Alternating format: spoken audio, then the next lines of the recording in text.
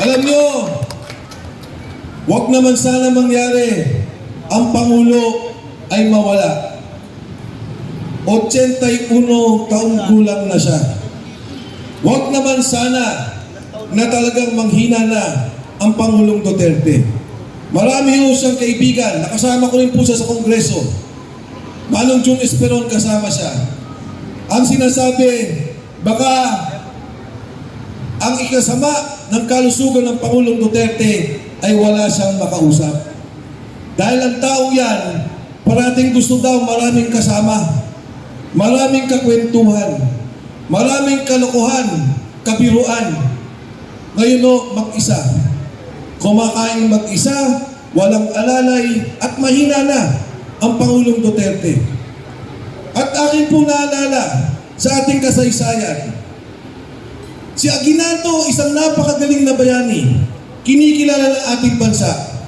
Pero dahil sa kasaysayan natin na ipinapatay niya si Bonifacio, hanggang ngayon hindi siya mapatawad ng kasaysayan. Eh itong nakaupong Pangulo natin, hindi naman natin kinikilalang bayani. Pinakulong ang isang napakagaling na leader at mamamatay sa dayuang bansa. Makikilala siya hindi lamang sa isang presidente na walang ginawa, nagnakaw, kundi presidenteng traitor. Sa inyo po lahat, magandang gabi po. Tayo po ay nagsama-sama at nagtipon-tipon ngayong gabi upang kilalanin ang isang magaling na Pilipino, magaling na pinuno at presidente ng ating bansa. Noong kami po inimbitahan, kasama yan si Ma'am Penny, si Attorney Garcia, Secretary Esperon, ang sabi nila, pwede ka bang pumunta ng Davao? Ang sabi ko, hindi ako makakasama dahil nais namin magkaroon ng sariling pagpupulong sa Maynila upang ipakita na hindi lang Davao ang nagmamahal kay Pangulong Duterte. Ang Maynila, Metro Manila, Quezon City ay nagmamahal sa Pangulong Rodrigo Duterte. At katulad ng sinabi ni Secretary Esperon, tayong lahat saksi sa tapang at galing ng pamamalakad at pamumuno ni Pangulong Duterte. Noong panahon niya, yung mga delikadong lugar tumahimik dahil sa liderato ni Dugong Duterte.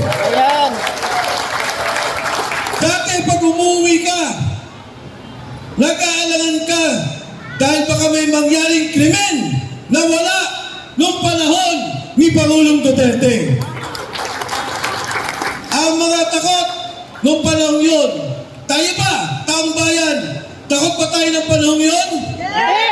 Sino mga takot? Mga adik at puser. Sino ang mga takot? Ang mga kriminal. Ngayon, bumalik na naman. Di po ba? Pag ako nakikipag-usap sa mga waiter, security guard, namamasada, anong sinasabi nila? Dati ho, tahimik na sa amin. Noong panahon ni Duterte, na wala pong inuman sa kalye, hindi po kami nangangamba umuwi ng madaling araw. Pero ngayon, sir, sabi nila, bumalik na naman. Bumalik na naman ang sitwasyon na ayaw nila. Meron nga pong lumapit sa akin. Babae, nagtitinda-tindera. Niyakap pa ako. Ang sabi, sir, ituloy mo lang yung ginagawa mo. Suportado ka namin. Ang sabi ko sa kanya, ikaw ba sa lugar mo bumalik ang mga adik? Ang sabi niya, opo, ang dami na namang zombie sa lugar namin. Alam niyo ho, nagulat ako ang kwento niya. Noong panahon ni Duterte, pinakulong ko yung tatay ko. Sabi ko, pinakulong mo? Eh bakit hindi ka takot? Bakit ikaw ay suportado mo ang Pangulo? Ang sagot po niya, kesa po sa mamatay, isinuko ko siya. At nung po nakakulong siya, huminto ang droga sa aming lugar, pati siya humunto sa pagiging adik. Sabi ko, nakalawas na ba ang tatay mo? Opo. Ano na? Kamusta na siya? Ngayon no, lumala na naman. Bumalik sa droga at ang dami na naman sa lugar namin, puro adik. Ito, magugulat kayo sa aming pong kumpanya. Noong panahon ni Duterte, nag-testing sa droga. Wala. Nagpositibo. Merong isa, dalawa nagpositibo, natanggal sa pwesto. Dahil yun ang usapan. Yun ang kontrata nila na hindi pwedeng gumagamit ng droga. Ngayon kailan lamang nagkaroon ng testing. Nagulat ako, 20 ang positibo sa aming kumpanya. Pero dito kayo magugulat. Pagdating ng krame, confirmation, binabaan ang level ng sabu sa dugo. Kaya lahat pumasa na naman. Iba ang ginawa ng krame doon sa level ng sabu sa iyong dugo na kahit ka positibo sa sabu ay pwede kang pumasa sa confirmation. Kaya mga yan ang sinasabi nila na kumunti ang adik ngayon dahil itinaas na nila ang level ng pagiging adik. Bakit din hindi nila itataas? Dahil ang Pangulo natin mismo ay kaya na po ang nagsabi niyan.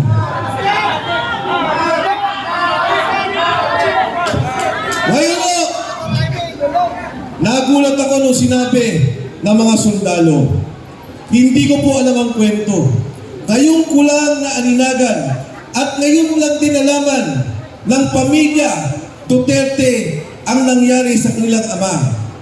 Isipin po ninyo, 2017, umalis na tayo sa ICC.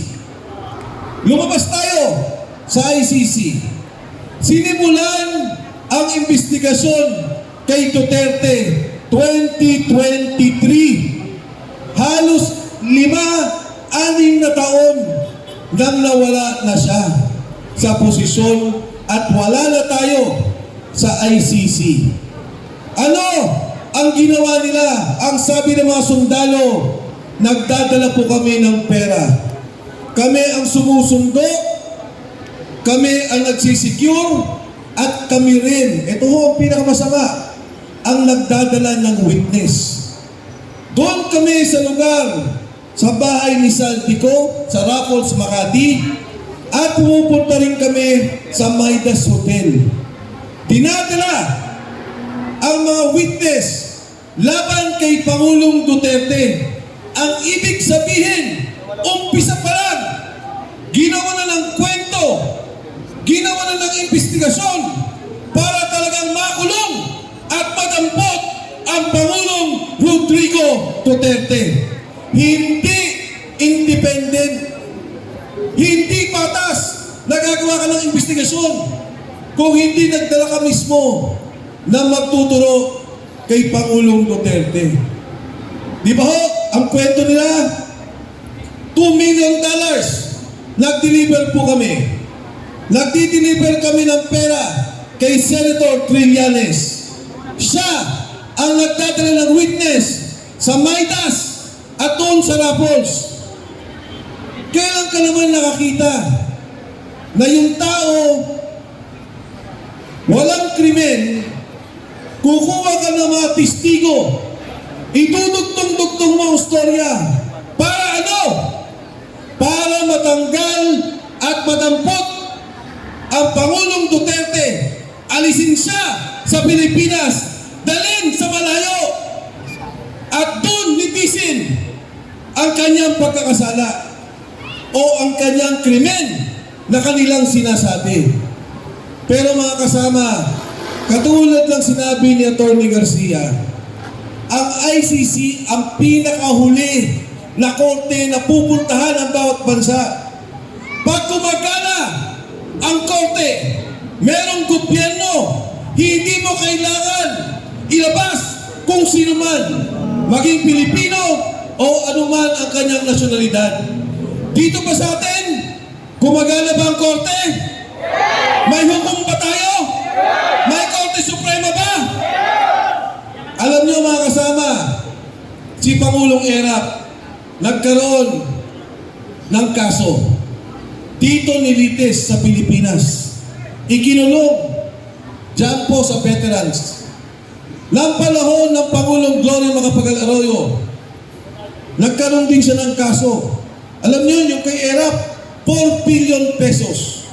Yung Pangulong GMA, 50 million pesos. Ikinulong sa veterans. Dito nilitis si Erap na convict, pinalton ni Gloria Macapagal Arroyo. Si GMA, absuelto at lumabas sa kulungan sa veterans. Bakit hindi nila makasuhan si Duterte sa Pilipinas? Bakit kailangan nilang ilabas ang Pangulong Duterte? Kung may kaso at may ebidensya sila, bakit nila kailangan ilabas ang Pangulo at hindi dito litisin sa korte, sa batas ng Pilipino, korte ng Pilipinas, sa lupa ng ating Republika ng Pilipinas? Alam nyo, wag naman sana mangyari ang Pangulo ay mawala. 81 taong gulang na siya. Wag naman sana na talagang manghina na ang Pangulong Duterte. Marami ho siyang kaibigan. Nakasama ko rin po siya sa Kongreso. Manong June Esperon kasama siya. Ang sinasabi, baka ang ikasama ng kalusugan ng Pangulong Duterte ay wala siyang makausap. Dahil ang taong yan, parating gusto daw maraming kasama, maraming kakwentuhan, maraming kalokohan, kabiruan. Ngayon o, mag-isa. Kumakain mag-isa, walang alalay, at mahina na ang Pangulong Duterte. At akin po naalala sa ating kasaysayan, si Aguinaldo, isang napakagaling na bayani, kinikilala ng ating bansa. Pero dahil sa kasaysayan natin, na ipinapatay niya si Bonifacio, hanggang ngayon hindi siya mapatawad ng kasaysayan. Eh itong nakaupong Pangulo natin, hindi naman natin kinikilalang bayani. Pinakulong ang isang napakagaling na leader at mamamatay sa dayuang bansa. Makikilala siya hindi lamang sa isang presidente na walang ginawa, nagnakaw, kundi presidenteng traitor sa kanyang sariling bansa. Traitor sa Pilipino. Si Sara Duterte ho, tumada naman sa impeachment. Pinagtutulungan ang pamilya nila. Inilayo ang Pangulong Duterte para wala siya dito ang kanyang anak na siguradong mananalo bilang Pangulo ng Republika ng Pilipinas. Gusto nilang tanggalin sa posisyon at huwag nang makatakbo. Itong ginagawa po nila